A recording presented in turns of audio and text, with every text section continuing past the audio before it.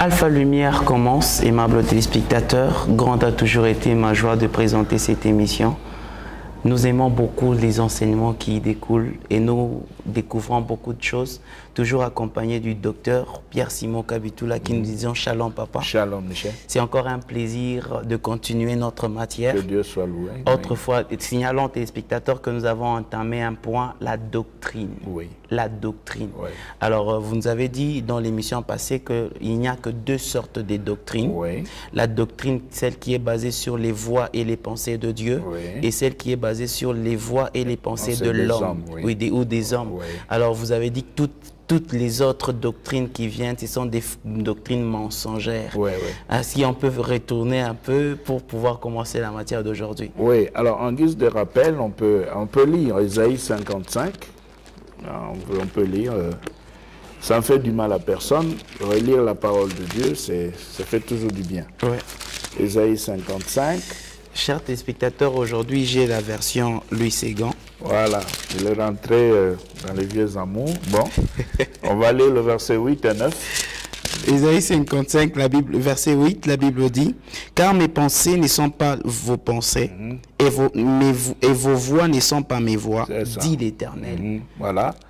Déjà ici, Dieu montre que ses pensées à lui n'ont rien à voir avec les pensées des hommes. Oui. Il montre aussi que ses voix sont tout à fait différentes des voix des hommes sur la terre. C'est écrit comme ça dans la Bible, au verset 8, Ésaïe 55. Maintenant au verset 9.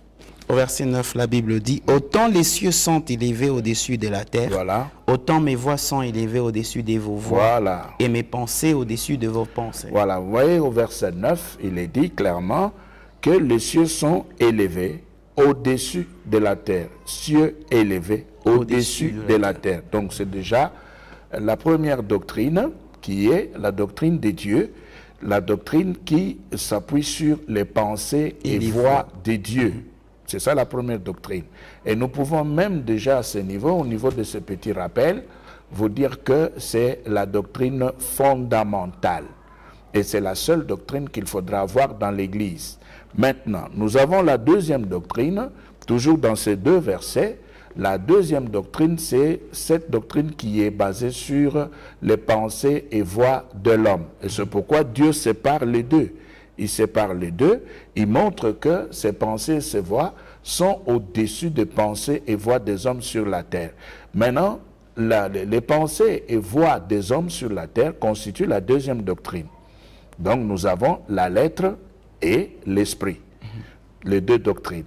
Maintenant, tout ce que nous pouvons avoir dans nos églises comme doctrine, nous pouvons simplement considérer cela comme étant des doctrines satellites ou des doctrinettes, c'est-à-dire des doctrines qui viennent s'agglutiner ou se mettre ou se positionner sur les deux grandes doctrines développées par la Bible. Alors, il y a un verset que nous pouvons déjà ajouter ici au niveau du rappel, Proverbes chapitre 15 et le verset 24.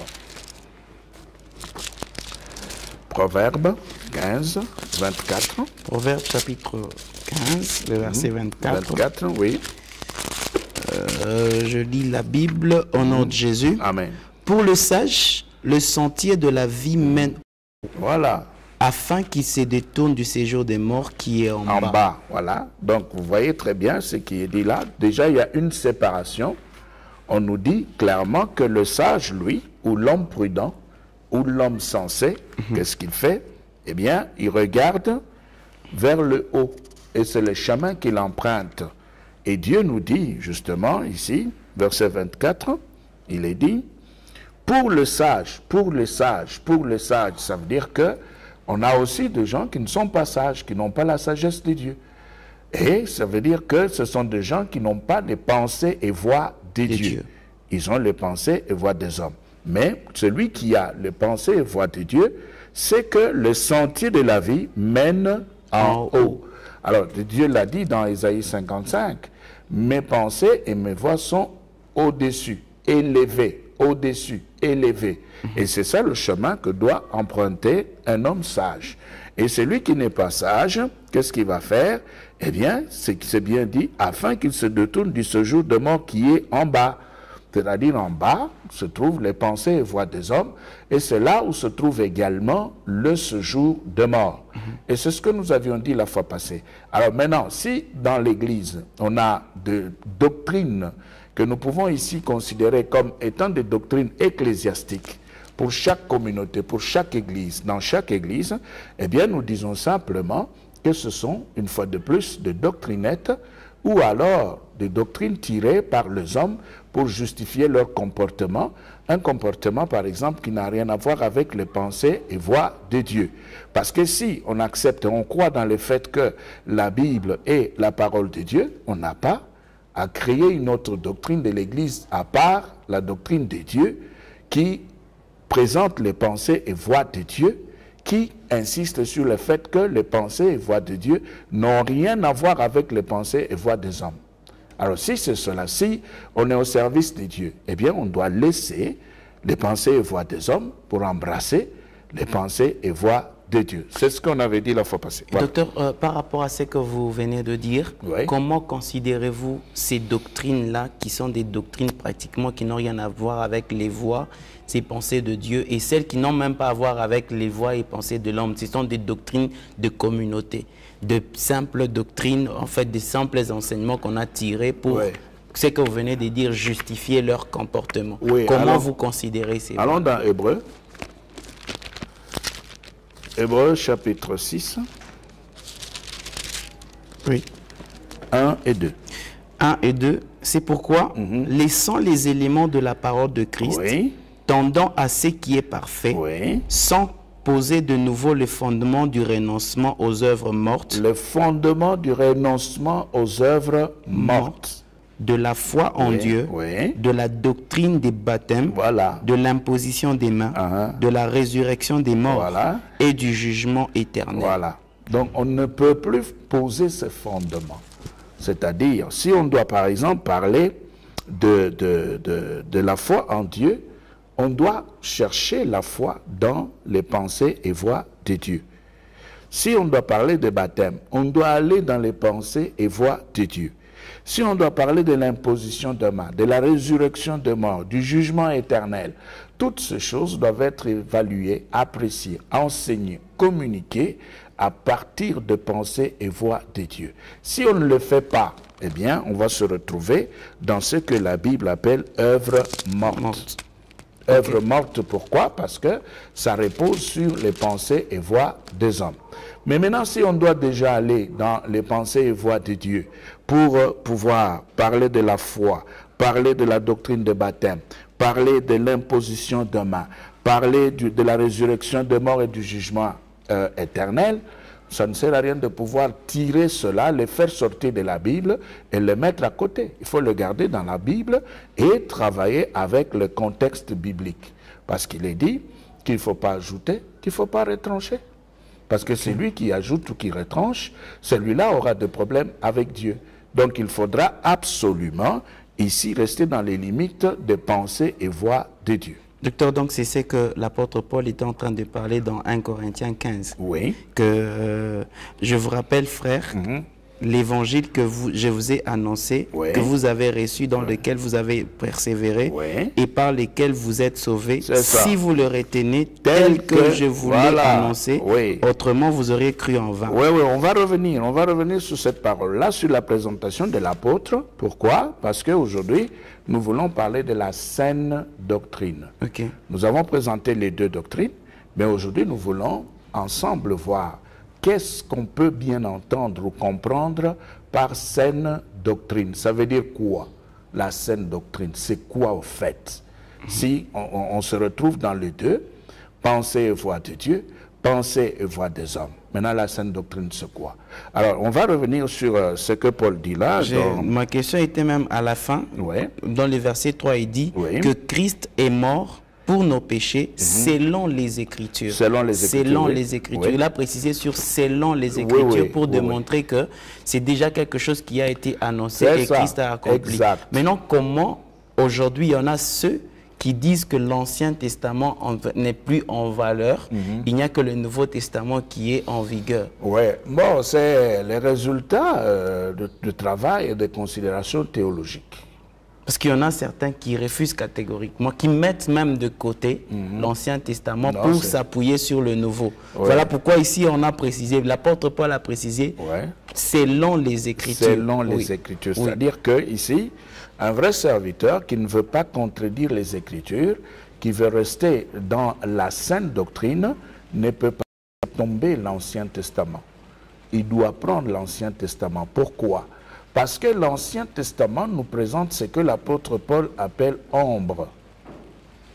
C'est l'ombre de Dieu, l'Ancien Testament. C'est l'ombre de Dieu. Et le Nouveau Testament, c'est la ressemblance à Dieu. Donc c'est la réalité qui se trouve en Christ. Donc on ne peut pas laisser tomber l'Ancien Testament. Celui qui laisse tomber l'Ancien Testament va inventer. Il inventera des choses dans son enseignement.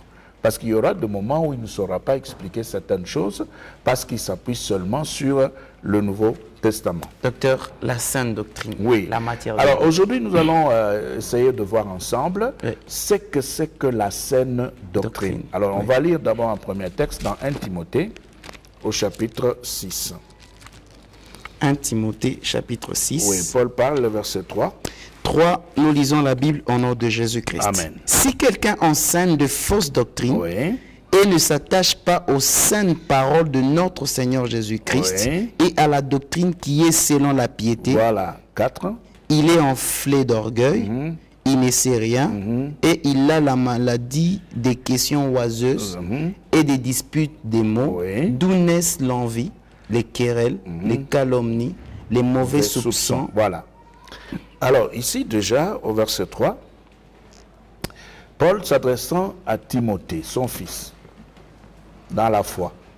Bon, évidemment, les gens aiment toujours qu'on puisse dire fils spirituel, enfant spirituel, père spirituel. Non.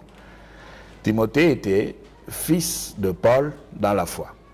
Maintenant, Paul s'adressant à Timothée lui dit, si quelqu'un enseigne de fausses doctrines, et ne s'attache pas aux saines paroles de notre Seigneur Jésus-Christ. Déjà ici, nous avons ce que nous pouvons considérer comme étant la saine doctrine. Ce sont les saines paroles de notre Seigneur Jésus-Christ. C'est ça la saine doctrine. C'est ça la doctrine pure. Mais alors, pourquoi est-ce que nous mettons la saine doctrine dans les saintes paroles de Jésus-Christ? Pourquoi? Nous allons dans 1 Corinthiens 1. Docteur, c'est ça même la discrimination qui fait tomber l'Ancien Testament, parce que on va y arriver. Dans certaines Bibles, Louis II, on met les paroles de Jésus-Christ en rouge. Oui, on va y arriver tout de suite là. 1 Corinthiens 1, et on prend le verset 23 et 24. Versets 23 et 24, nous lisons notre Jésus. Amen. Nous prêchons Christ crucifié, scandale pour les Juifs et folie pour les païens, mais puissance de Dieu et sagesse de Dieu pour ceux qui sont appelés tant juifs que grecs. Voilà, donc ici, déjà Paul considère Christ comme étant la sagesse de Dieu, la puissance de Dieu. Amen. Maintenant, si Christ est considéré ici comme étant la sagesse de Dieu, la puissance de Dieu, c'est par rapport au fait que Christ était devenu le réceptacle des pensées et voix de Dieu. Les pensées et voix de Dieu, présentées par Isaïe dans son chapitre 55 au verset 8 et 9, ces pensées et voix de Dieu s'étaient retrouvées dans la personne de Christ. Christ a incarné les pensées et voix de Dieu, de sorte que tout ce qui était sorti de sa bouche, tout ce qu'il a pu enseigner, tout ce qu'il a pu donner comme prédication, comme enseignement, tout relevait des pensées et voix de Dieu. Maintenant, en enseignant, il y avait des moments où Christ pouvait se référer à l'Ancien Testament. Il se réfère à l'Ancien Testament. Il vous a été dit. Voilà. il vous a été dit, mais moi, je vous dis. Donc, ça veut dire que Christ connaissait très bien l'Ancien Testament. Il connaissait très bien. C'est ainsi que dans la tentation, quand il s'était retrouvé devant Satan, il lui a dit, il est écrit. Et chaque fois que Christ disait, il est écrit, il s'est référé aux Écritures. Ce qui veut dire que Christ connaissait très bien l'Ancienne Alliance. Et il a utilisé l'Ancienne Alliance dans ses enseignements. Alors aujourd'hui, celui qui veut être dans la saine doctrine, il doit prendre les saines paroles de Jésus-Christ. Celui qui prend les saines paroles de Jésus-Christ peut alors dire qu'il est dans la saine doctrine. La saine doctrine, les saines paroles de Jésus-Christ n'ont pas, ou bien n'ont pas besoin, si vous voulez, de documents extérieurs. On n'a pas besoin d'aller chercher un autre livre. On n'a pas besoin de pouvoir ajouter les pensées d'un théologien développées dans un livre publié quelque part pour dire que ce qu'il a dit, c'est aussi la saine doctrine. Non, non. La saine doctrine, ce sont les saines paroles de notre Seigneur Jésus-Christ.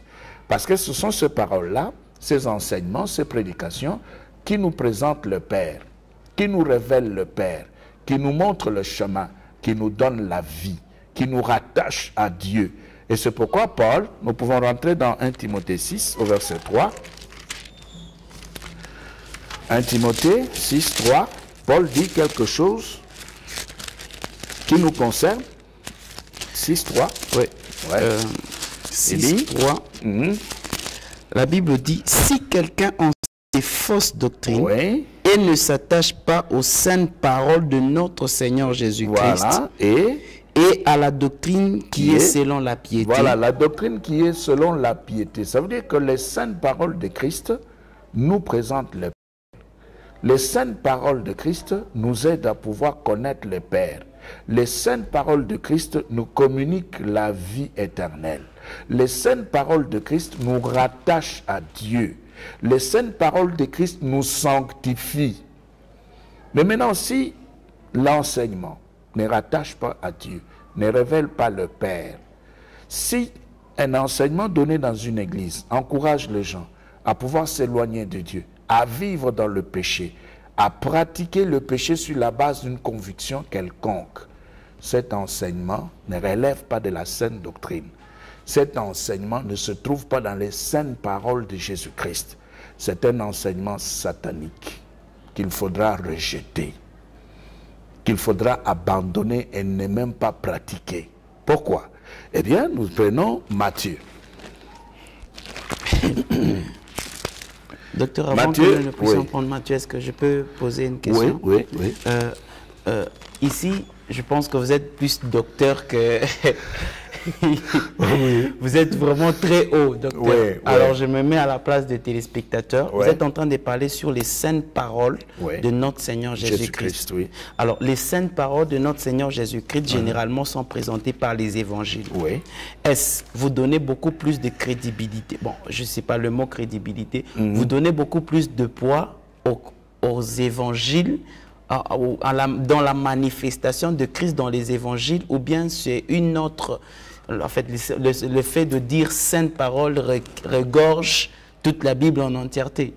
J'aimerais que vous puissiez scinder, parce que là, vous êtes trop haut, on ne sait pas très bien comprendre. Oui, je vais dire... Bon, prenez d'abord Matthieu 28, lisez le verset 20. À partir de ce que je veux dire, là maintenant, je vais descendre un peu. Oui, allons-y, 28, 20. 28, 20. 28, la Bible dit, et enseignez-leur à observer tout ce que je vous ai prescrit. Voilà. Vous voyez ce que Jésus dit là? Il dit, et enseignez-leur à observer tout ce que je vous ai prescrit. Donc, la saine doctrine, ou les saines paroles de notre Seigneur Jésus-Christ, ce sont ses prescriptions et ses recommandations. Lors de son vivant. Voilà. Pendant le jour de sa chair sur la terre. Quand Jésus était dans le corps sur cette terre, il a enseigné, il a prêché, il a donné des prescriptions. Et c'est ce qu'il dit là. Il dit, enseignez-leur à observer tout ce que je vous ai prescrit. prescrit. C'est comme par exemple, tu vas à l'hôpital, tu rencontres un médecin qui pose son diagnostic et puis après, il va prescrire le produit. Il te prescrit le produit, il dit voilà, si tu veux guérir, tu vas acheter ce produit dans une officine pharmaceutique et puis tu reviens pour pouvoir consommer et tu auras la guérison. Maintenant, tu sors, tu déchires les prescriptions. Oui, mais docteur, là vous pouvez dire que Jésus nous a laissés dans un gouffre. Comment ça? Ouais. Parce que Jésus n'a pas écrit.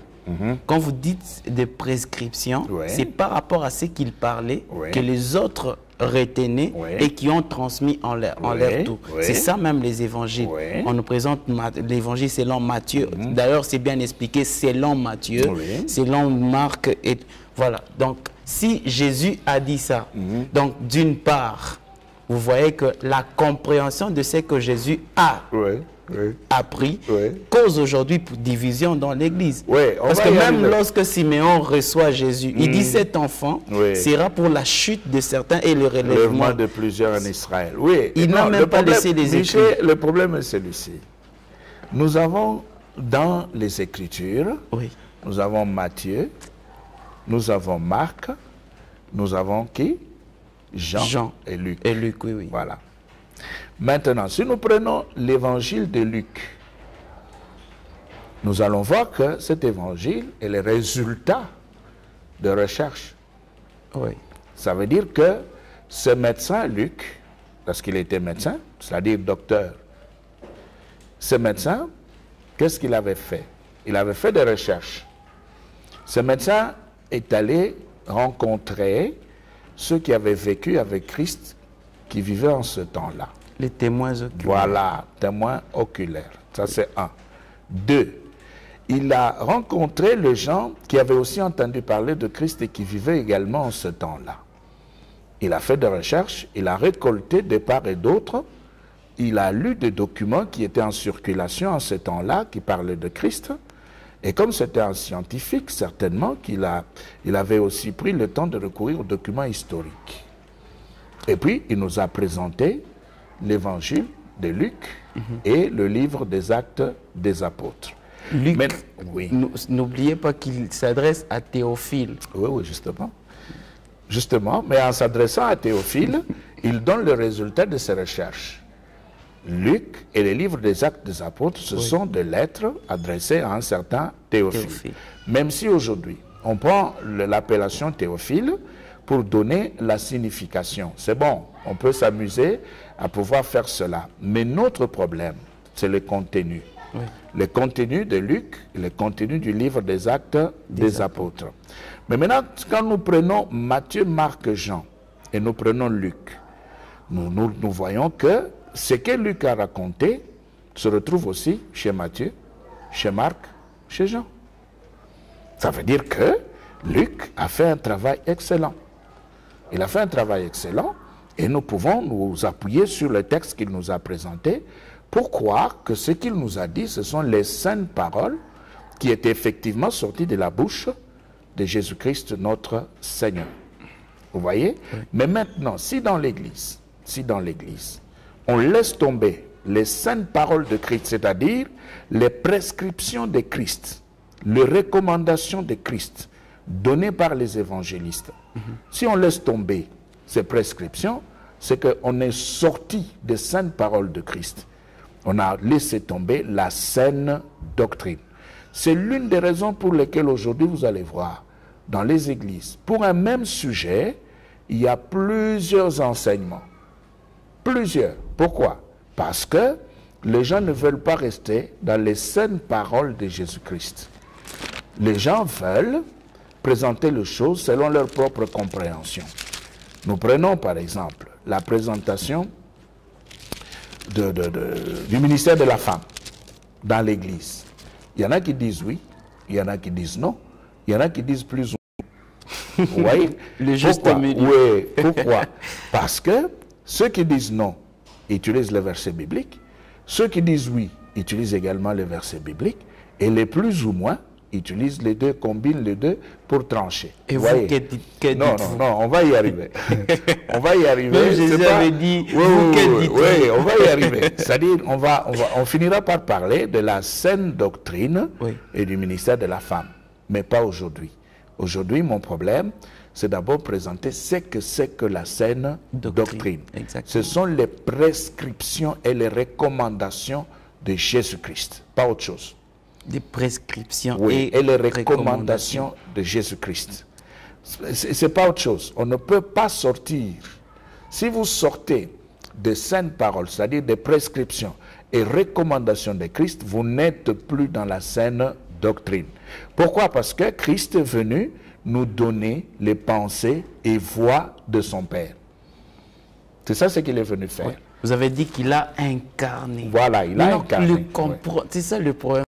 Le comprendre. Christ, bon, nous sommes sans ignorer qu'il était en train d'enseigner dans une époque où il était confronté à trois sortes de pouvoirs. Le pouvoir politique, le pouvoir religieux et le pouvoir économique aussi. Alors pendant ces temps ici, lui, il était en train d'enseigner.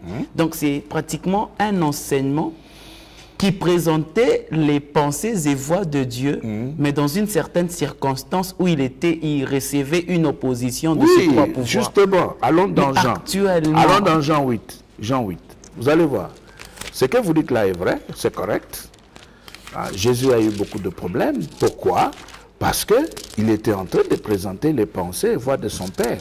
Et les gens qui l'entouraient ne comprenaient pas. Jean chapitre 8, prenez le verset 37 et 38. 37 et 38. Je sais que vous êtes de la postérité d'Abraham. Mais vous cherchez à me faire mourir parce que ma parole ne pénètre pas en vous. Pourquoi est-ce que sa parole ne pénétrait pas? Eh bien, sa parole ne pouvait pas pénétrer parce que c'était une parole qui présentait les pensées et voies de Dieu. Alors que les auditeurs étaient dans les pensées et voies des hommes. C'est pourquoi il ne pouvait pas accepter. C'est pourquoi il le dit d'ailleurs. Je sais que vous êtes la postérité d'Abraham, mais vous cherchez à me faire mourir. Pourquoi? Parce que ma parole ne pénètre pas en vous. Là, il a parlé en tant que père, parce qu'il a dit ma parole.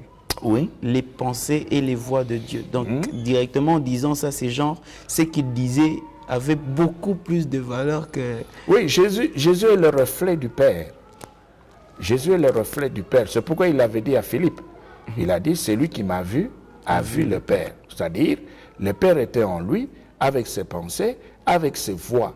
Et c'est pourquoi nous disons, et nous nous répétons, arrêtez d'avoir dans les églises des feuilles de papier et appeler cela notre doctrine. Non. Si vous êtes des chrétiens, si réellement vous avez reçu Christ, si réellement vous avez connu la nouvelle naissance, votre doctrine, c'est la parole de Dieu. Amen. Vous devez prendre simplement la Bible et rechercher les pensées et voies de Dieu. Voilà votre doctrine, c'est tout. Par rapport à tout ce que vous allez faire, vous devez simplement rester dans les prescriptions et les recommandations de Christ. Alors, nous rentrons dans 1 Corinthiens 1. Avant de passer. Un verset en suspens. Oui. C'est lui qu'on devait dire. 1 Corinthiens 1. Et on va prendre, cette fois-ci, on va aller un peu plus loin. Prenez le verset 30. Le verset 30, nous lisons dans 1 Corinthiens chapitre 1er. La Bible dit, or, c'est par lui que vous êtes en Jésus-Christ, lesquels, de par Dieu, a été fait pour nous sagesse, justice et sanctification et rédemption. Oui, Christ est tout pour nous. Christ est tout pour nous. Nous n'avons plus rien d'autre à chercher. Christ incarne. Christ porte en lui les pensées et voies de Dieu. C'est la sagesse même de Dieu. Donc il ne faut pas les laisser tomber. Il ne faut pas laisser tomber les saines paroles, ces enseignements. Si vous laissez tomber les enseignements de Christ pour prendre des enseignements extérieurs, eh bien, vous avez un feu étranger dans l'Église. Docteur, lorsque vous parlez d'un feu, en fait, d'un enseignement étranger ou extérieur, maintenant pour les gens qui considèrent Christ comme un simple messager ou un simple prophète, Ils sont à côté. Ils sont à côté. Ils doivent revenir à la raison. Il n'y a que Christ. Le reste ici, c'est rien. Il n'y a rien là-bas. Ce sont des aventuriers, c'est tout. Il n'y a que Christ et Christ seul. Nous ne voulons pas citer le nom de gens ici pour qu'on ne puisse pas nous poursuivre d'avoir offensé ou non. Mais nous disons simplement que quiconque abandonne Christ, il a laissé Dieu. Il n'est pas avec Dieu. Donc la considération de Christ Oui. doit être une considération telle que c'est lui le porteur des voies et pensées de Dieu. Oui. Personne Et ne peut le comprendre seul, Dieu et sans... le seul, c'est tout. Ah, c'est le seul. Le seul, c'est tout. C'est pourquoi il est dit que nous serons bénis dans la postérité d'Abraham. Il n'est pas dit aux postérités, non.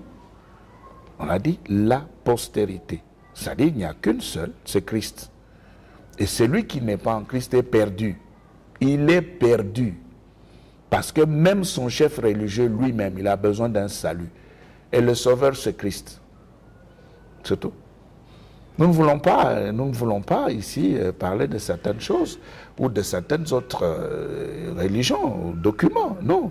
Mais nous disons simplement qu'il n'y a que Christ. Dans certaines religions, c'est vrai, on lui donne une certaine considération, donc une certaine portion. Oui, oui. Il est considéré comme un prophète, comme un messager, prophète comme les autres prophètes, messager comme les autres messagers. Non, il est l'unique et le seul qui porte les pensées et les voix de ce vrai Dieu créateur. C'est tout. Et celui qui laisse Christ, qui laisse ses enseignements, il est perdu. Même si par ses enseignements, il peut avoir les biens de la terre, il peut avoir des promotions, il peut se faire sécuriser par les démons. Ça n'a rien à voir avec le salut, le vrai salut. Le vrai salut ne se trouve qu'en Jésus-Christ et nulle part ailleurs. Il n'y a personne d'autre qui peut permettre à quelqu'un de rencontrer le Père. Nul ne vient au Père que par moi. Ça, c'est Jésus. Donc, il se connaissait très bien. Et quand il était en train de le dire, il s'adressait aux gens qui appartenaient aux religions, aux mouvements, et aux gens qui connaissaient beaucoup de choses. En ce temps-là, il y avait des pharisiens, il y avait plusieurs autres mouvements qui parlaient de Dieu. Mais Jésus, qui se connaissait, qui savait qu'il portait les pensées et voix de Dieu, s'était présenté devant tous ces gens-là.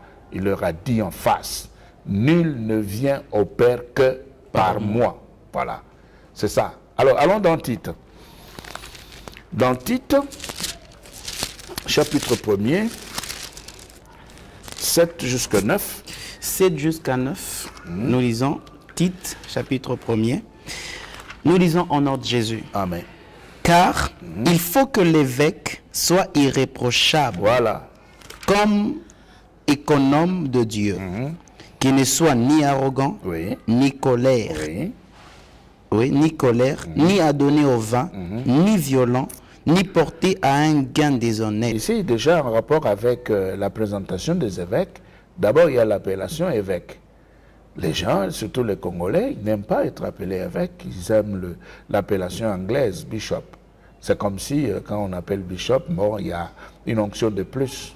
Hein, on reçoit une petite dose là sur son onction. Et pourtant, c'est simplement le fait de pouvoir dire qu'un évêque est un surveillant.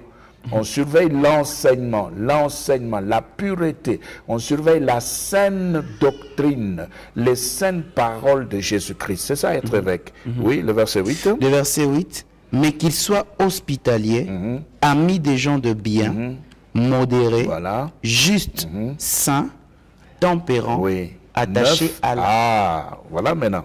attaché à la vraie parole, Attaché à la vraie parole. Quand telle ici, qu'elle a été voilà, enseignée, afin d'être capable d'exhorter selon la saine doctrine et de refuter les contradicteurs. Vous voyez? Donc ici, on veut que l'évêque, le bishop, nous pouvons bien l'appeler bishop, il n'y a pas de problème. Mais, papa bishop, voilà, voici ce qu'il faut faire. Voici ce que la Bible demande. Être attaché à la vraie parole. Et la vraie parole, c'est la saine doctrine. Et la saine doctrine, ce sont les saines paroles de Jésus-Christ. Les saines paroles. de notre Seigneur Jésus-Christ, ce sont ses prescriptions, ses recommandations, ce qui était sorti de sa bouche. C'est ça la vraie parole. Rien d'autre. Il n'y a rien d'autre. Et Paul dit, afin d'être capable d'exhorter selon la saine doctrine et réfuter les contradicteurs. Les contradicteurs, ce sont des gens qui n'aiment pas entendre parler des pensées et voix de Dieu, qui expliquent les choses de leur façon. Parce que si, par exemple, dans une ville comme Lubumbashi, tous les serviteurs de Dieu étaient dans les pensées et voix de Dieu, la seule véritable doctrine, eh bien, il n'y aurait pas de divergence dans les enseignements. On allait pour un même sujet biblique, nous pouvions tous dire la même chose. Parce que là, nous sommes dans les mêmes prescriptions. Non, ils mettent en relief le Saint-Esprit. Oui. Quand le Saint-Esprit descend, il ne parle pas de la même façon. Celui-ci, bon, ils disent que thème ou sa forêt équatoriale. Donc, non, c'est faux. C'est faux ça. Cet enseignement-là est diabolique. Révélation. Cet enseignement-là est diabolique. Pourquoi? Parce que l'Esprit de Dieu, quand il va venir, il ne pourra pas contredire Christ. L'Esprit de Dieu, même s'il donnait la révélation à 1000 personnes, toutes ces personnes resteront dans les saines paroles de notre Seigneur Jésus-Christ. Si déjà, pour un seul sujet, parce que tous nous sommes remplis du Saint-Esprit, nous devons enseigner tous de façon différente sur un même et seul sujet, ça veut dire qu'on n'est plus dans les prescriptions de Christ. Ça veut aussi dire que quelque part, nous n'avions pas tous été inspirés par l'Esprit de Dieu. Alors, ça veut simplement dire que il y a un problème, un sérieux problème.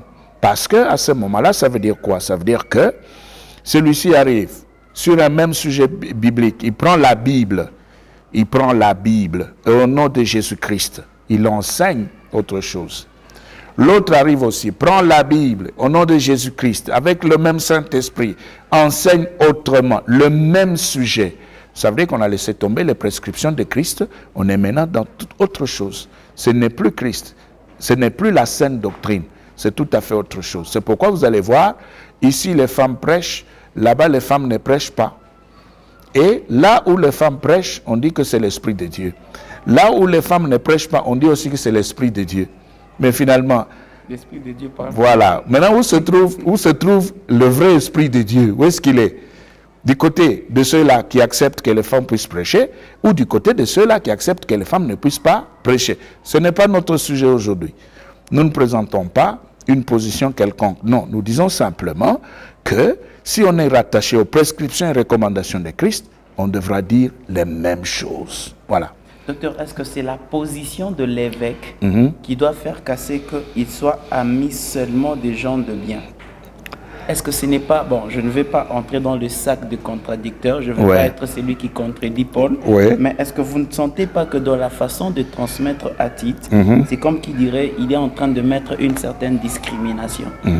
Parce que même Jésus, de son vivant, il est entré dans la maison d'un...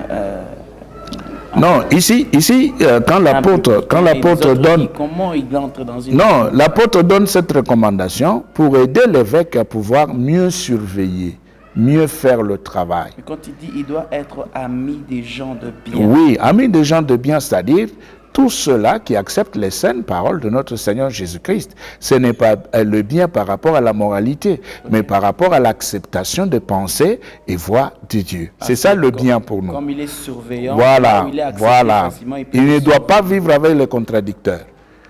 Il doit réfuter les propositions des contradicteurs. Parce que pour lui, pour l'évêque, les contradicteurs sont des ennemis. Oui, mais comment il va contrôler s'il n'y a pas en face de lui les contradicteurs? Oui, c'est en face de la contradiction qu'on... Mais quand on a découvert la contradiction, on s'éloigne.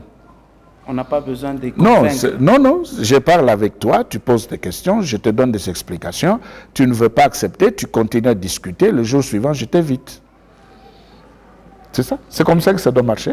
Le jour suivant, je vais t'éviter, parce que si je ne t'évite pas, tu risques de perturber mon travail et d'éloigner les gens. Ouais. Toi, si tu es toujours présent, quand je vais faire des observations pour dire ici on est sorti, toi tu seras là pour dire non, restons là-dedans, ça ne fait rien. C'est ainsi qu'aujourd'hui nous avons des femmes des ministères. Nous avons des femmes de ministère, pourquoi? Nous avons des femmes de ministère parce que le même esprit est arrivé et le même esprit, au lieu de nous garder dans les prescriptions et recommandations de Christ, le même esprit a donné à gauche un enseignement, à droite un autre enseignement. Est-ce que c'est ça l'esprit de Christ? Est-ce que c'est ça la saine doctrine? Et on s'est appuyé sur 1 Corinthiens 9.5, lisez, 1 Corinthiens 9.5, on s'est appuyé sur ce texte-là, 9.5. Wow. 1 Corinthiens chapitre 9, verset 5, la Bible dit: n'avons-nous pas le droit de mener avec nous une sœur qui soit notre femme, comme font les autres apôtres et les frères du Seigneur qui se passent? Oui, alors on a pris ça. On a dit, bon, vous voyez, n'avons-nous pas le droit de mener avec nous, même Pierre, Pierre était marié, non? Qui ne le sait pas, Pierre était marié. Maintenant, le problème, c'est lequel? C'est que l'esprit arrive ici, il permet à ce qu'on puisse avoir la femme du ministère, et là, le même esprit interdit. Finalement, où est-ce qu'on est? Où est la saine doctrine? Où se trouve la vérité? Maintenant, pour trouver la vérité, il faut rentrer dans les pensées et voies de Dieu. C'est là où se trouve la vérité. Et on doit prendre ce que Christ a enseigné. Et si on reste dans l'enseignement de Christ, on va se retrouver dans la vérité parce qu'il n'y a que les pensées et voies de Dieu qui constituent la vérité pour nous. Sinon, on ne fera plus rien. 1 Corinthiens chapitre 15. Maintenant, on revient à ce que vous aviez dit là. 1 Corinthiens chapitre 15, d'abord le verset 3 et 4. Je vous ai enseigné avant tout, comme je l'avais aussi reçu. Voilà, vous voyez ce que Paul dit là. Comme je l'avais aussi reçu. C'est-à-dire il n'a rien changé. Il répète ce qu'il avait aussi reçu. Pourquoi? Parce que c'est le même esprit. Oui, qu'est-ce qu'il dit? Que Christ est mort pour nos péchés, selon les Écritures. Oui. Qu'il a été enseveli et qu'il est ressuscité le troisième jour, selon les Écritures. Vous voyez? Donc, il avait aussi reçu cet enseignement. Il a aussi reçu les éléments de la saine doctrine. Et c'est ce qu'il communique. Comment est-ce qu'aujourd'hui, pour un même et seul sujet, tous nous prétendons être dans la vérité? Et on a toujours l'habitude de pouvoir dire, la vérité se trouve chez nous, nous sommes dans la vérité. Et on peut crier dans l'assemblée, insiste, c'est la vérité, c'est la parole de la croix, insiste, c'est ça. Ok, parle encore papa, ok, très bien. On est arrivé, l'autre fois on l'avions dit ici, mais Paul, qu'est-ce qu'il fait? Il dit, comme je l'avais aussi reçu. C'est ça la saine doctrine. Nous répétons les prescriptions de Christ, ses recommandations. Si Christ a autorisé, personne ne peut interdire. Personne ne peut interdire. Lisez toujours dans le même chapitre là, on peut prendre le verset 10 et 11. 10 et 11. Par la grâce de Dieu, je suis ce que je suis. Je suis ce que je suis. Et sa grâce envers moi n'a pas été vaine. Voilà. Loin de là, j'ai travaillé plus que tous. Oui. Non pas moi toutefois, mais la grâce de Dieu qui est avec moi. 11. Ainsi donc. Que ce soit moi. Oui. Que ce soit eux. Voilà ce que nous prêchons. Oui. Et ce que vous avez. Et c'est ce que vous avez cru. Vous voyez ce que Paul dit là? Il dit que ce soit moi, Paul, que ce soit eux. Les disciples. Voilà. Vous voyez? Donc ceux qui l'avaient précédé et lui-même, Paul dit, nous tous, voilà ce que nous prêchons et c'est ce que vous avez cru. Voilà, c'est comme ça. Donc maintenant le problème c'est que si vous enseignez autre chose, vous sortez de saines paroles, vous ne restez pas dans les saines paroles de Christ, eh bien vous avez détruit vous-même la saine doctrine. Vous êtes dans autre chose, vous êtes dans une forêt, vous êtes perdu. On doit faire passer des communiqués pour vous récupérer. Vous êtes trop loin de la maison du Père. Vous avez perdu l'adresse, vous êtes égaré. Vous êtes un enfant perdu, on doit vous récupérer. Pourquoi? Parce que Paul, qui est venu plusieurs années après les disciples qui avaient vécu avec Christ, eh bien, il reprend ce que les autres avaient enseigné. Est-ce qu'il avait comparé d'abord pour savoir que c'était le même ou bien il avait justement conclu directement? Très bien. Le même ça, c'est une bonne question. Galates 2. C'est Galates 2 qui répond à cette question-là. Oui, Galates chapitre 2. Oui, Galates chapitre 2. Oui. Commencez par le premier verset. Galates 2, à partir du premier verset. Nous lisons notre Jésus. Amen. 14 ans après, je montai de nouveau à Jérusalem Voilà. avec Barnabas, Oui. ayant aussi pris Tite Avec moi. Oui. Et ce fut d'après Une révélation. que j'y montais. Voilà. Je leur exposai Vous voyez, je leur exposé l'évangile que je prêche parmi les païens. Voilà. Donc Paul est allé voir les autres apôtres qui enseignaient aussi la sainte doctrine et il a présenté l'évangile que lui était en train de prêcher. Au milieu des païens. Voilà. Vous voyez? Parce qu'il travaillait loin. Oui. Maintenant, écoutez, oui, allons-y. Je leur exposai l'évangile que je prêche parmi les païens. Je l'exposais en particulier voilà. Qui sont les plus considérés afin de ne pas courir ou avoir couru en vain. Vous voyez? Donc c'est ça. Ça veut dire que nous ne pouvons pas enseigner si nous avons le même esprit, la même Bible, le même Seigneur, la même doctrine. Nous ne pouvons pas enseigner des choses différentes. Si nous enseignons des choses différentes, c'est qu'il y a un problème quelque part. Voilà. En rapport avec la sainte doctrine pour aujourd'hui. Donc, vous reconnaissez que le même esprit ne peut pas créer une divergence dans la compréhension de la parole. Le même esprit ne peut pas. L'esprit qui avait inspiré Christ, c'est l'esprit que nous avons. C'est l'esprit qui a inspiré la parole. Et le même esprit soutient la vraie doctrine qui possède ou qui contient les pensées et voies de Dieu. Et si nous devons enseigner un sujet des Écritures, eh bien, nous dirons tous la même chose. Nous ne pouvons pas avoir de différenciation. Voilà. Nous sommes par exemple dans un séminaire où il y a un thème, la résurrection de Christ. Oui. Tous, nous sommes en train de prêcher sur la résurrection de Christ.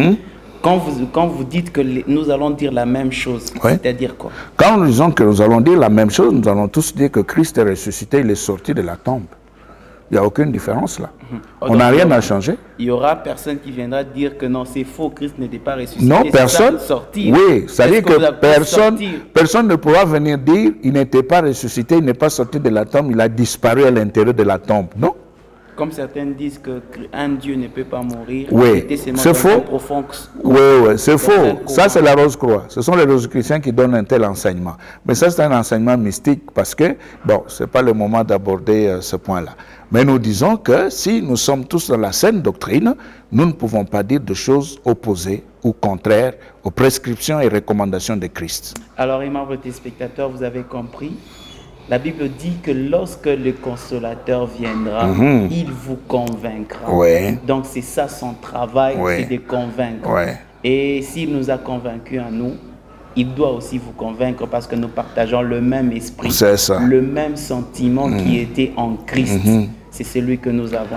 Aimables téléspectateurs, vous avez compris en ce qui concerne la saine doctrine. Aujourd'hui, nous avons insisté sur la saine doctrine, docteur. En tout cas, c'est bénéfique pour nous. Que Dieu soit loué. Le corps de Christ est suffisamment béni. Que Dieu soit loué. Téléspectateurs, vous savez, si vous voulez réagir, vous avez des questions à poser, le numéro est affiché au bas de l'écran. C'est le numéro via lequel vous entrerez en contact avec le docteur. Ou carrément, vous pouvez aller sur YouTube. Parce que l'émission est aussi sur YouTube. Oui, nous sommes sur YouTube, Nous sommes aussi sur YouTube. Allez taper Alpha Lumière. Vous allez avoir les enseignements que le docteur a déjà mis en ligne. Vous pouvez suivre pour beaucoup d'édification et d'affermissement dans la foi chrétienne, la foi christique. C'est très important. Alors, ça a été un plaisir pour moi de vous présenter cette émission. Merci encore une fois, docteur. Que Dieu soit loué. La suite, donc, c'est pour le prochain numéro avec le même et les réels plaisirs. Surtout, n'oubliez, vous portez-vous très, très, très bien. Shalom. Shalom.